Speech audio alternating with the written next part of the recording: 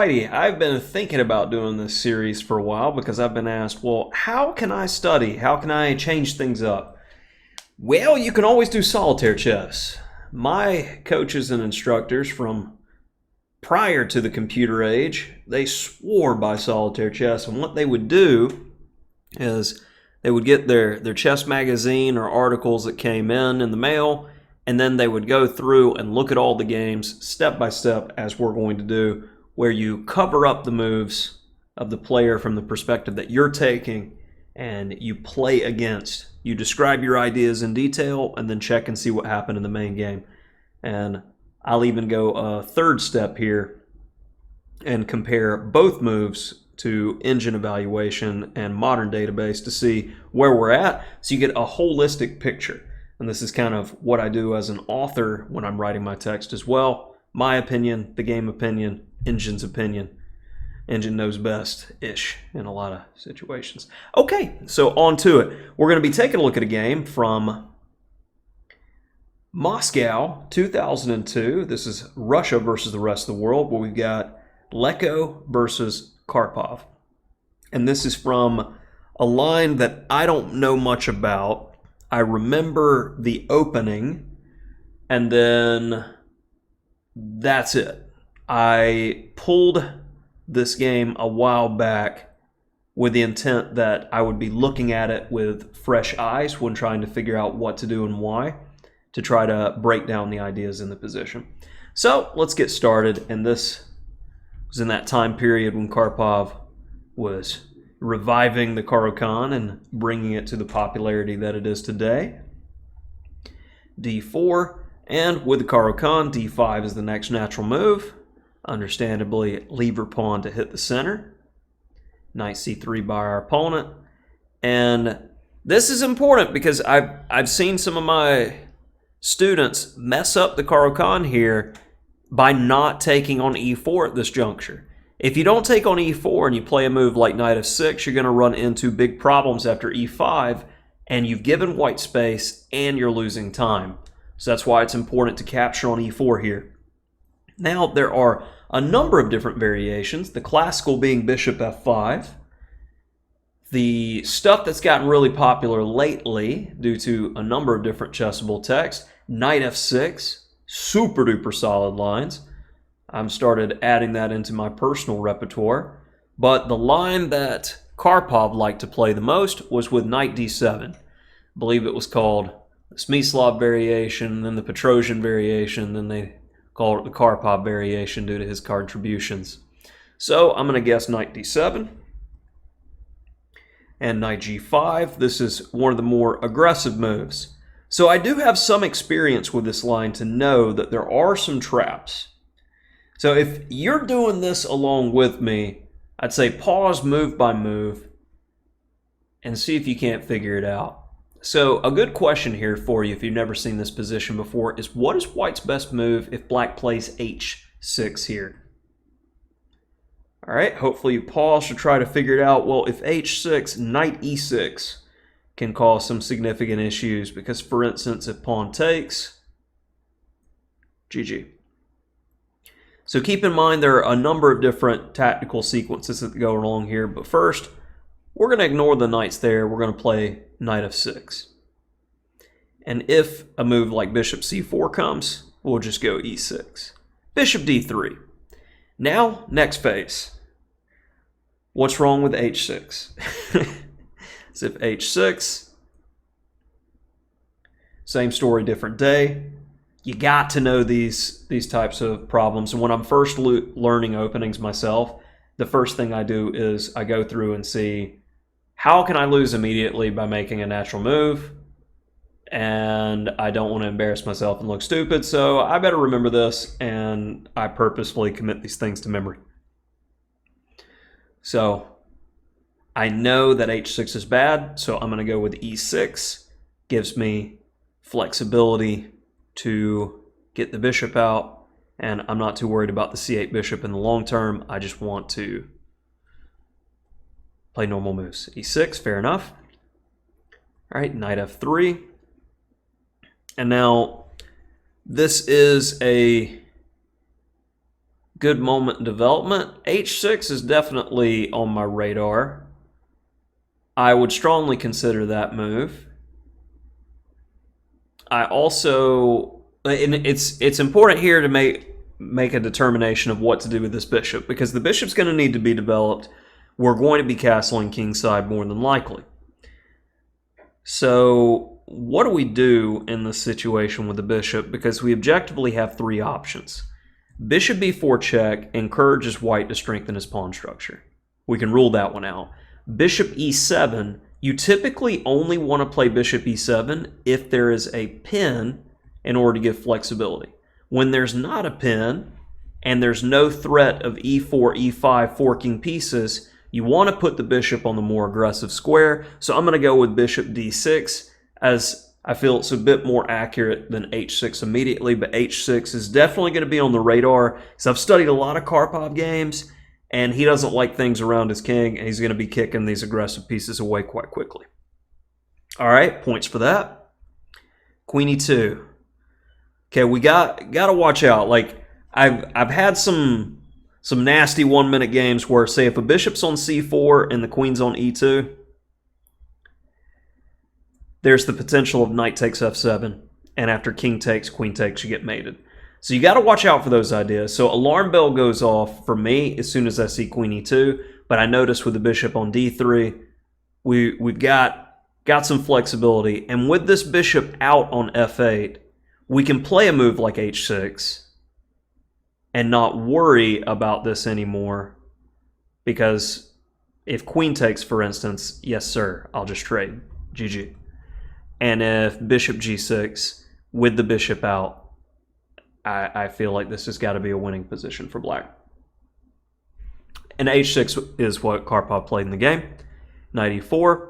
So now it's a question of, should I take or not? Well, my bishop's hit on d6, and I would have to lose the tempo moving the bishop. And we've already established that the bishop's on the best square. I don't want to waste time, so I'm going to take. Okay, queen takes. Castles is out of the question here due to mate.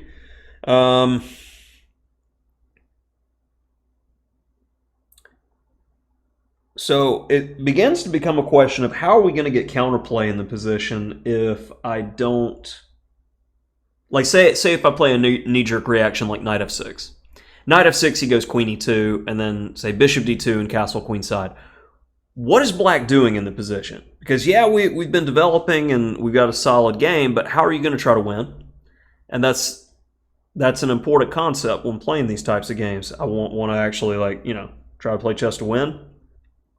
So I think a lot of players would consider knight f6 here just because it's like, I need the castle. I won't hit the queen. But I feel like the knight is needed in conjunction with the bishop, because at some point e5 or c5 are critical moves to strike in the center. So a move that is going to help with both of those is either queen e7 or queen c7. And from my experience, queen c7 is better because it is going to be controlling that f4 square, preventing bishop f4 and a trade of our strong bishop on d6. So queen c7, final answer. All right, doing pretty well so far. Well, white plays a critical continuation with queen g4, and now our g-pawn is hit. So a good question to start off with is, what is wrong with the immediate castles? Castles runs into bishop takes h6 with the pin. What's wrong with g6 or g5? Definite consideration moves. We also have the very solid king f8. So I do not know this position from a theoretical standpoint right here. I've definitely seen it before, as I think it's one of the more popular positions to reach from this game. But g5 just doesn't feel right to me because we're so many moves from castling queenside. And after h4 immediately, I don't see how we're alleviating the pressure. G6 is... I don't know. I've got a bad feeling about g6. I'm not seeing the immediate tactical ramifications. g6, bishop takes, pawn takes, and the white queen takes either the g or the e pawn, but I don't feel like we're ever going to be safe, and it's well worth sacking. So if both g-pawn moves are out and castling is out, the only move I consider that could defend the g-pawn that makes sense is king f8.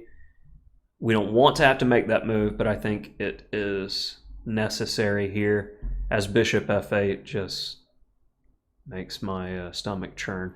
So I'm going to go with king f8, final answer. All right, so far so good. Castles. Now I am looking at finishing development. I would play b6 here, 100%, because I want to play bishop b7, and then I'm looking to play c5 and or e5. Critical pawn moves to hit the center. Also, something to consider here is the bishop's location on c8 actually might be useful because the white queen on g4. And that's not something that I'm used to seeing, because when I get these structures, they're more French-like structures, and you want to get that bishop developed as quickly as possible. So my reaction is to play b6. I would play b6 if I was playing this game. But I can definitely see the merit of a move like e5 coming up because of potential discovery ideas. So I'm going to go with b6.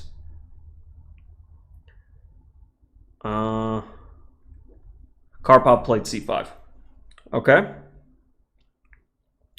Well, after c5,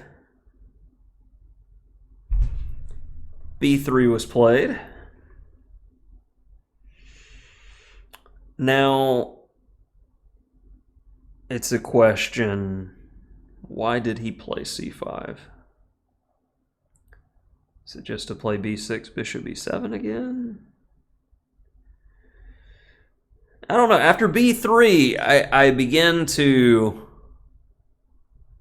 worry about the potential attack. And if we just take, he doesn't take with the knight because that would hang the h-pawn.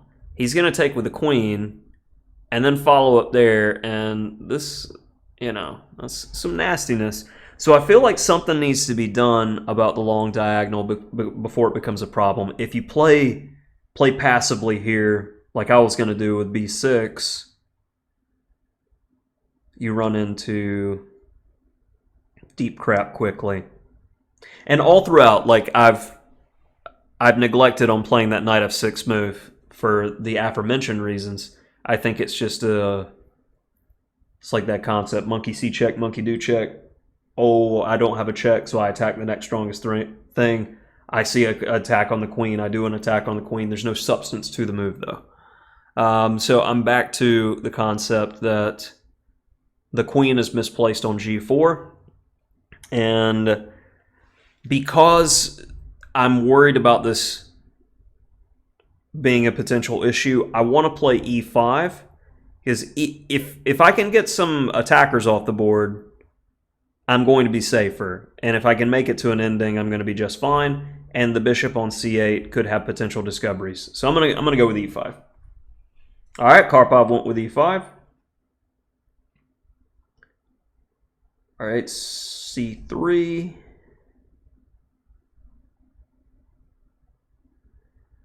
And after c3, there's no potential of the long diagonal being used and our g7 pawn being weak. So we have to check to see if there are any useful discoveries.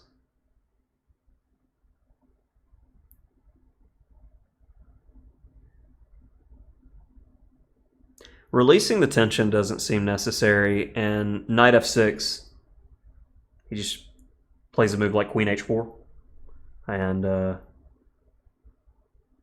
yeah, nothing doing.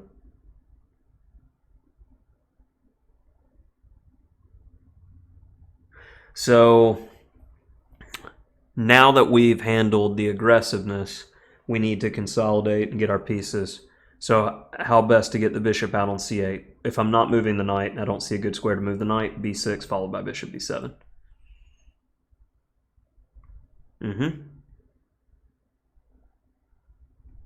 Pressure on the E pawn. Is it the DE? Knight E, Knight E, Bishop E. We can continue with our plan. Bishop E7. There's no reason to think much there.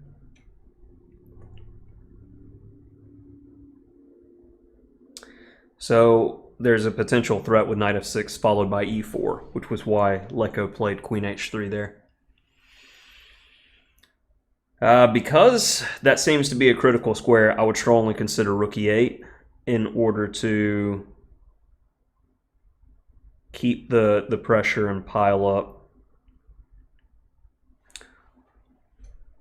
So there's a reason Leko's backing up there. So yeah, I like Rook E8. And that's not what Karpov played. Karpov played Bishop takes F3. That one's not even on my radar, to be completely honest.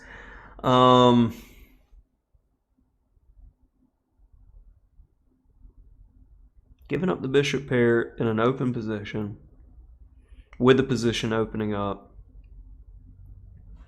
Yeah, let's keep going. Now the rook on A8's hit.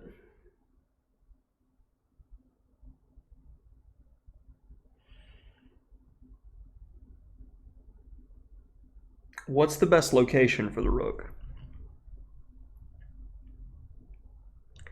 I still like Rook E8 because I feel like that's where the action is happening, and if there's something like this, well, I guess I could go Knight F6. I was thinking about Rook E7 to prevent tactical ideas with Bishop C4, Bishop G6, but you always have the knight move, I guess. I still like Rook E8. Still not what Karpov played. Karpov played Rook D8. Okay. I guess putting the rook on the E file could potentially provide some trades, and that could be problematic. So, yeah. If either pawn captures, the rook's going to be hitting the bishop in a lot of variations. Fair enough. Queen H3. Got to find something to do to improve the position. We'd like to be able to castle by hand with our king, like G6, King G7, but as soon as we go G6, bishop takes H6 is a problem. If G5, bishop takes G5 is a problem. Can't take back due to the rook hanging on H8.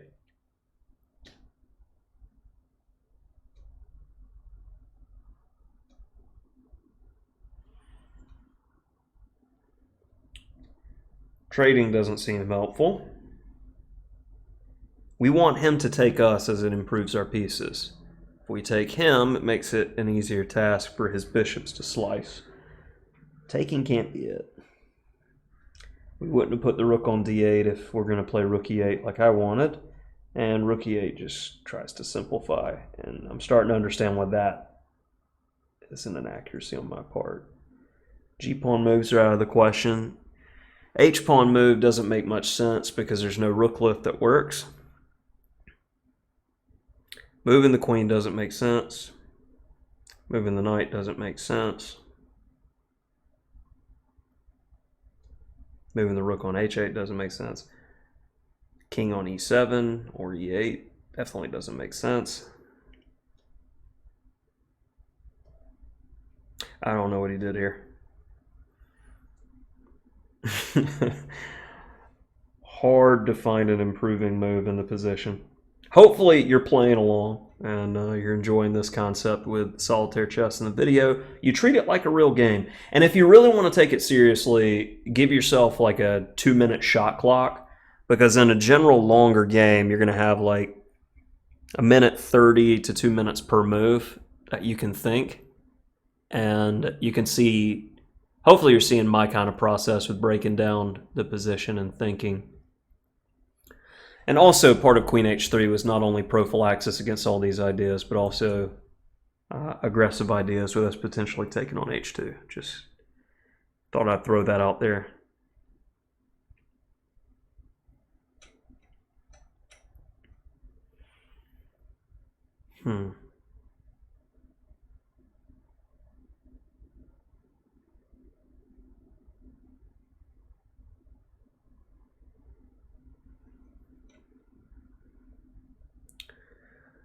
Okay, I've got an idea. We can't play g6 immediately because the bishop takes h6. But if I go king g8 and then g6, if bishop takes h6, I have bishop f8, pinning the bishop. So king g8 is the only move I consider, and now that I see that it could potentially fix our problems, because we've got to get the rook in the game. Otherwise, we're not going to be in good shape, and that's the only thing in the position that even comes to mind. All right. Okay. Think like Karpov. Bishop b2. Well, that makes life easier. I don't have to worry about bishop h6, so g6. Okay. Yeah, all this was to get the rook developed. Yeah, king g7, logical. All the pressure's on e5. How about we use that rook that's not doing anything on h8, and we ease them on over to e8. Does that work? Rook h, e8, de, knight e, c4. That pin doesn't look fun.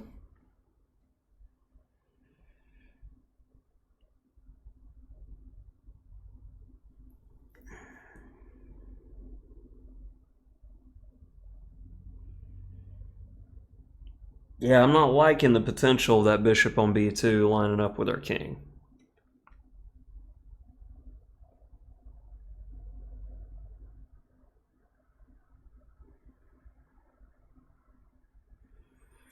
H8, de5.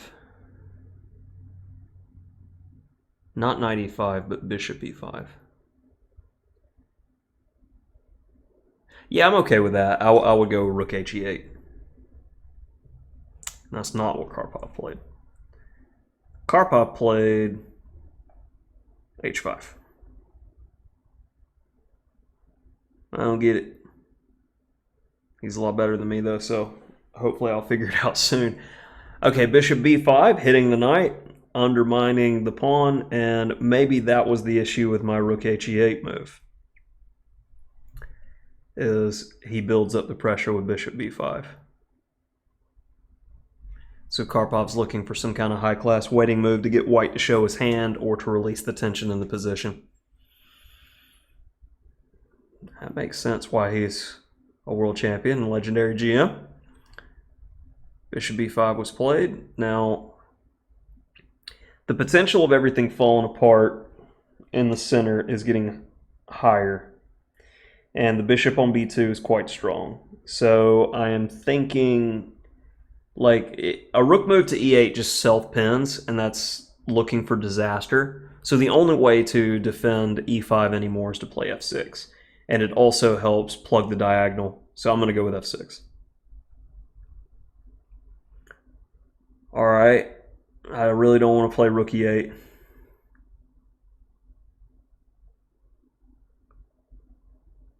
Crap, this is becoming critical. And you got to worry if you take. If you ever move the e-pawn, rook e7, bishop takes, rook takes, king moves somewhere, and then either rook takes d7 or, say, if the king went to h6, bishop c1, you're just being attacked viciously. So this is it's looking sketchy. Really sketchy.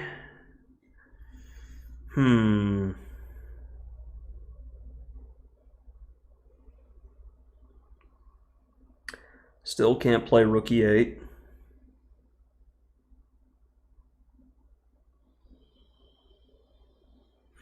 One potential idea I have is I don't want to take with the e-pawn due to aforementioned reasons, but I'm worried about the strength of the rooks. So I'm thinking about c takes d, and bishop b4 to hit the rook to get him to go away. But then after rook c1, queen b8, we lose the knight on d7.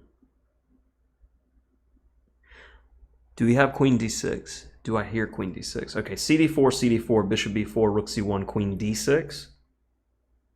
Holds the knight. I'm okay with that. a3.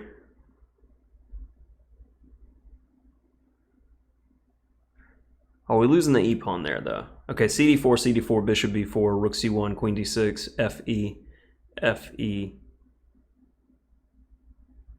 bishop d7, rook d7, bishop e5.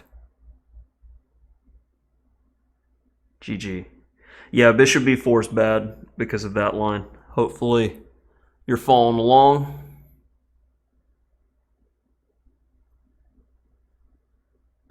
Is this position just losing? Chess is hard.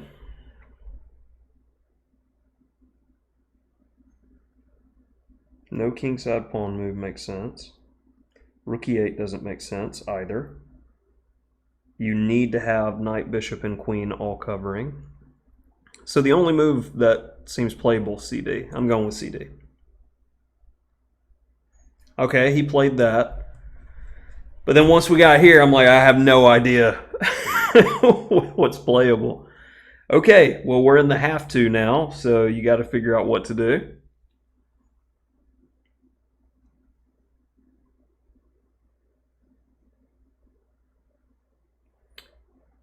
Rook c1, I can go queen. You got to worry about rook c1. It's like queen b7, bishop c6 looks really annoying.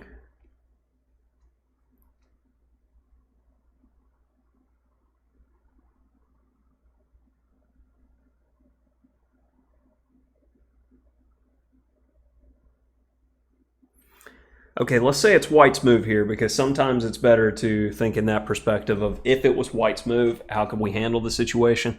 Okay, rook c1, queen b7 looks like the only move, bishop c6.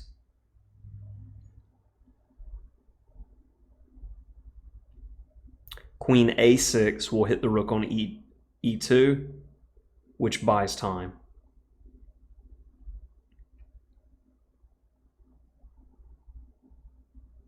So you can defend the knight with like knight f8 or something. But that doesn't resolve the problem in the center. We don't want him to take a bunch because that makes the bishop on b2 stronger and it's going to ruin the king's cover and we are going to die.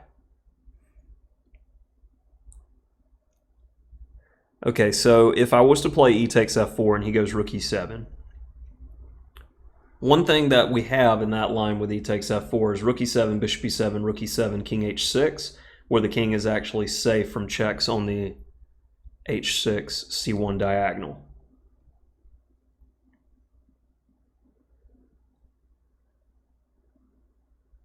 Rook d7, rook d7, queen d7, queen d7, bishop. Yeah, I don't see anything else. We got to start worrying about him taking twice. So I'm going when he takes f4. Okay. And rook c1 was played. I'm going to go queen b7 because that makes sense. Because otherwise, I mean, queen b8 just loses the knight on d7. Bishop c6. Only. Now he's back to this idea. Okay, the knight's hit. What's the better square for the knight? Two options, f8 or b8. b8 will hit the bishop. That's a fact.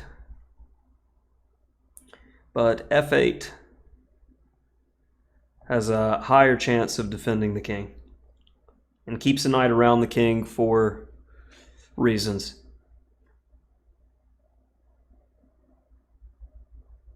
I'm going f8 just because I feel like the attack is coming. And I don't see b8 being... Okay. Yeah, got it. That limits the scope of the knight. Opens up the bishop on b2 to hit the f-pawn. Bishop e5 is more than likely going to be strongly met by rook takes e5, so that's not on my radar.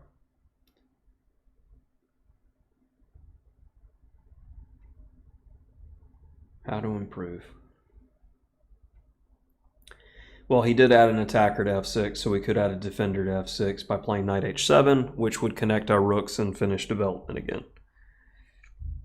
As I say, that seems logical, effective. Let's do it. Full send. Yeah. I'm going to take it. Yeah, I'm going to take it. King h6 looks like only territory. King f8 seems really dangerous. King h6. Yeah. Okay, f-pawn is threatened. Got to do something about that.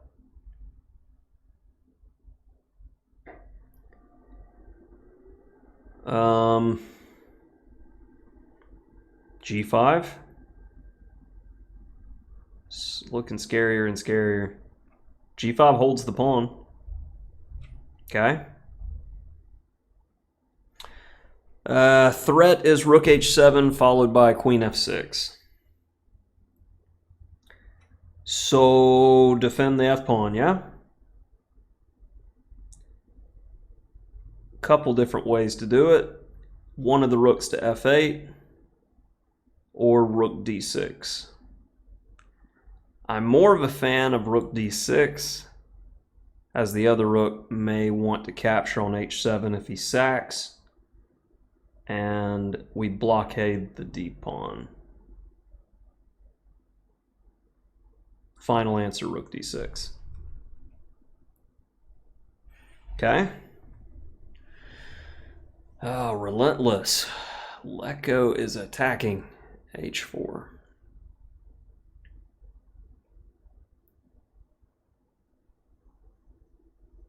Need to get out of this tension.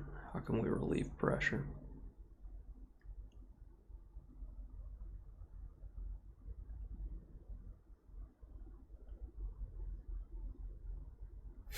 So yeah, queen e2, activate a piece, get close to his queen, hang a queen. This is why you come up with candidate moves, not blunders. So if h takes g, f takes, we get mated. If knight takes, the rook is still covering on f6. So we do have a move to do something here, because the rook is well placed.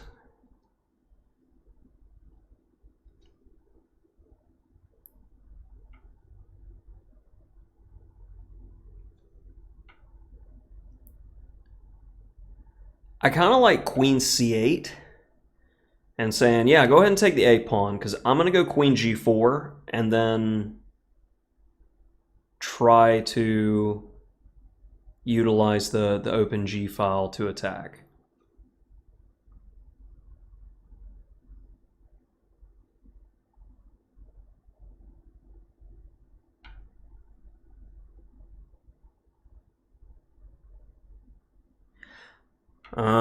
Okay, the problem with that, though, queen c8, bishop a3. And then where's that rook going? And we really need the rook to defend f6.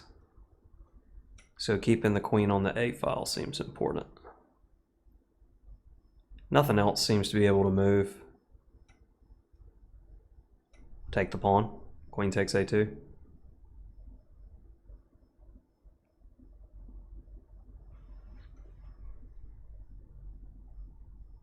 Okay. Chess is hard. Rook e1 stops back rank threats. Makes sense.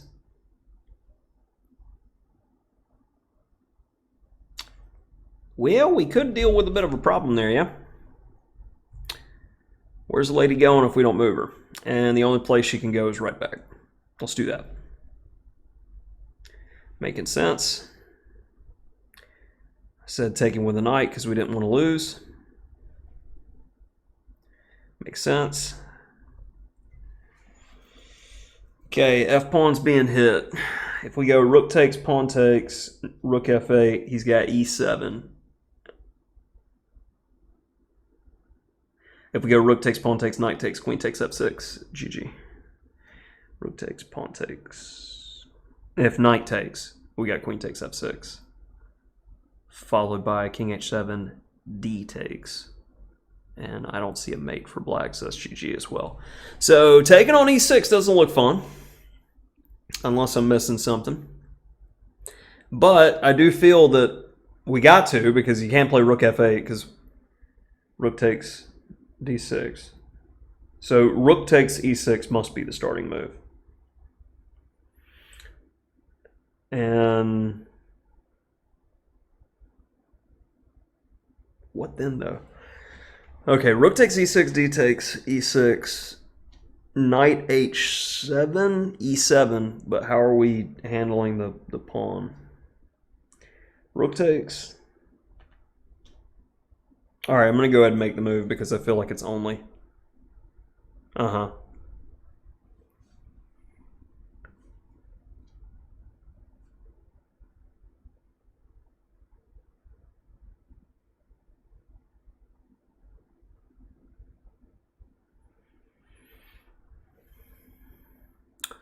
Love to play a move like queen e2, but I don't see the time.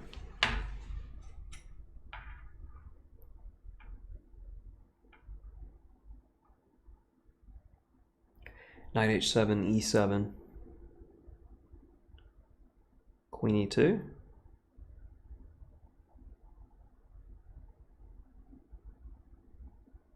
Where you at least have some ideas of perpetual. So we know rook f8 doesn't work because of e7.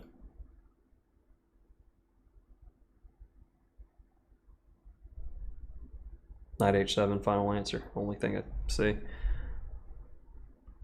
Yeah. Queen d4. Hitting the f-pawn. Okay, we'll have to come back in the engine part of it. Why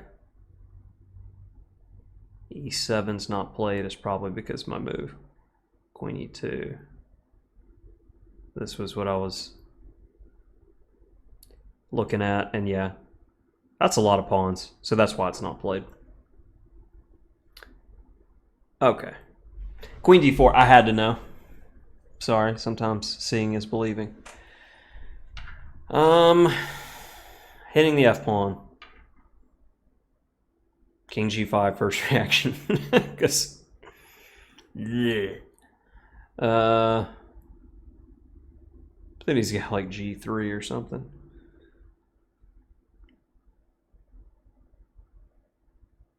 Queen e2, queen f4, king g6, bishop e4.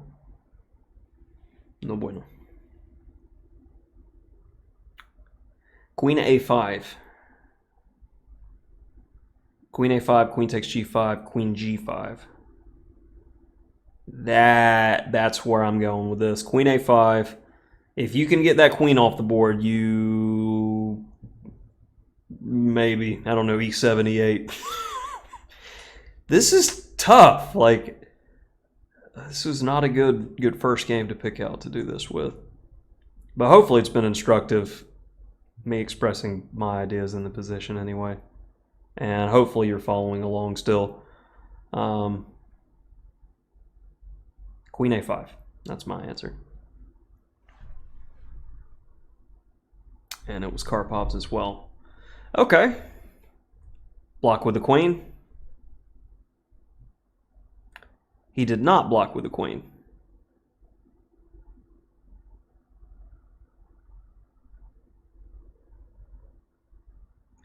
Maybe because it just loses. Yeah. So I know why my move lost. So if it's not queen g5,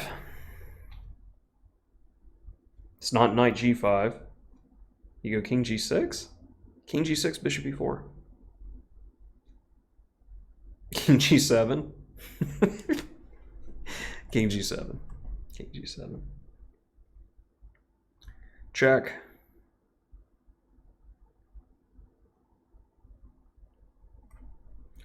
If we can't block with the queen and we got to worry about the passed pawn, I don't think we have anything better than king h6. Can't do anything else. King g6, bishop e4. So yeah. Go back. And here, I mean, it's a de facto draw offer because black doesn't have anything. White's trying to play to win. Respect. Well, queen a5 was played not to do what I thought was defense, but for aggression. So we've got queen e1 check here. And we can pick up the e-pawn. And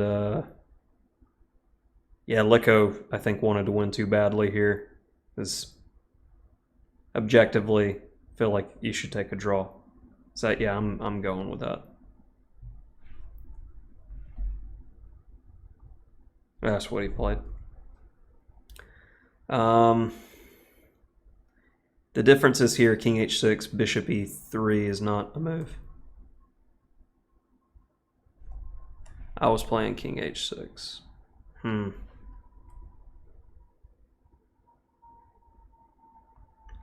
g6. Yeah, bishop e4 is not a move either. So I guess maybe either works. I don't know.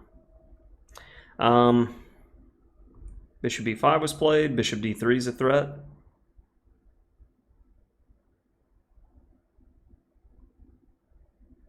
Take away the threat.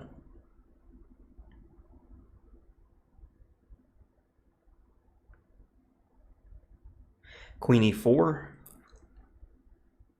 Looking at ideas of hitting the bishop, and queen h4.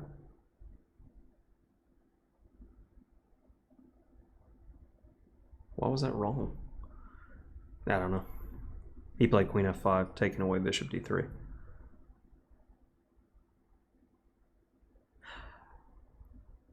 Oh, okay. Queen e4 is probably queen g3.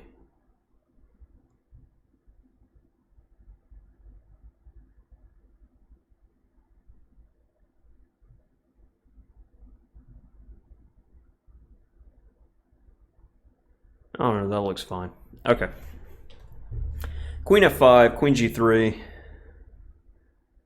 Gotta watch out for bishop d3. Don't want to lose the queen. So king h6, queen g4. And we get a transposition. Now king h6. Queen h4. Check and protect the f-pawn. Rook e8, threaten mate.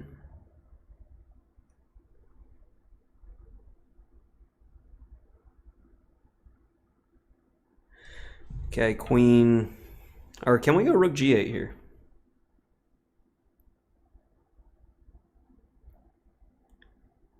Rook g8 looks pretty decent.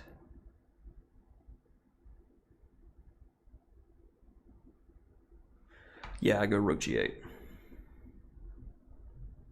He did not play that. He played queen g4, which is threatening to check on d1 and pick up the bishop. Makes sense. So white defended that idea and the rook move.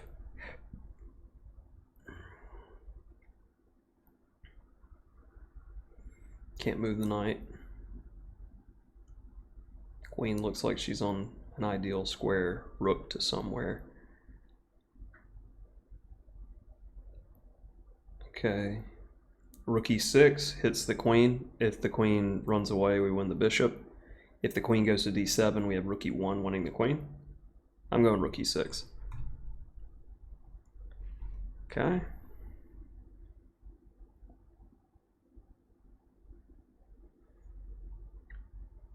No threats. Make one. How do we break through? Well, we're safe, so how about h4?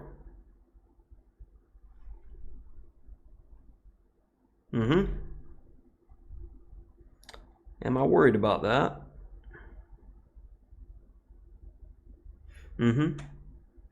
I would take king. Can't move the queen because you hang the rook. King g6. Queen e4. Okay.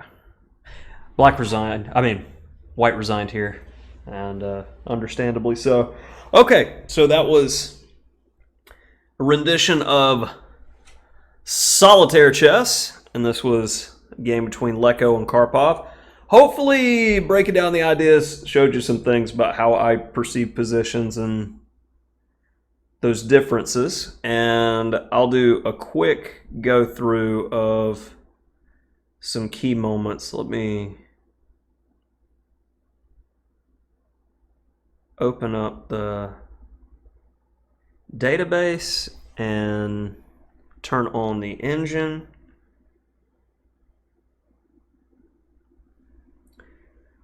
I have curiousness. Okay, so this move here on move 12 where I wanted to play b6, it is the second most played move in the database and seems reasonable. Where b3 is played, bishop b7, bishop b2, knight f6, which I didn't want to play all game, knight d5.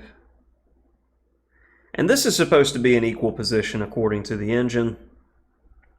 And you play g5 here.